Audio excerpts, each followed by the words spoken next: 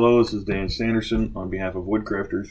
This video is going to be covering the payroll import function with the controller and how energy ties to QuickBooks. Woodcrafters does not use this function right now because of some difficulties that we've had. We currently run payroll manually by bringing up a time tracking grid and simply inputting that into QuickBooks manually. We do run payroll weekly, and it is ran in-house by either myself or another employee.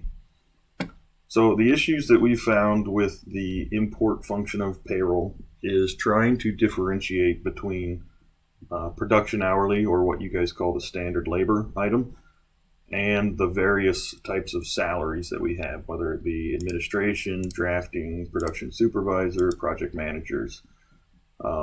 It's also difficult to differentiate if we have production hourly.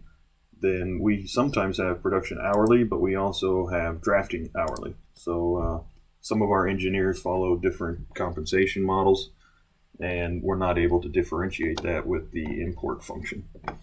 We are able to track it within energy, but the controller just simply doesn't account for that.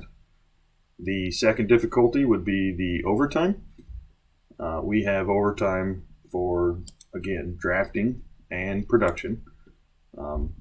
Currently, we actually sometimes offer double time as well. And in fact, that's an issue that we're dealing with right now. Is we have several guys that are earning double time by coming in Saturdays or on holidays, things like that. I'd say the last one is the paid time off labor item. I think this is going to apply to just about every company.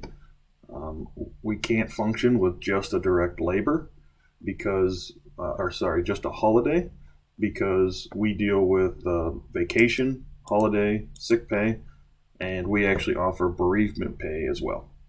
So those are basically the difficulties that we're dealing with. And if you have any questions, feel free to reach out. Thank you.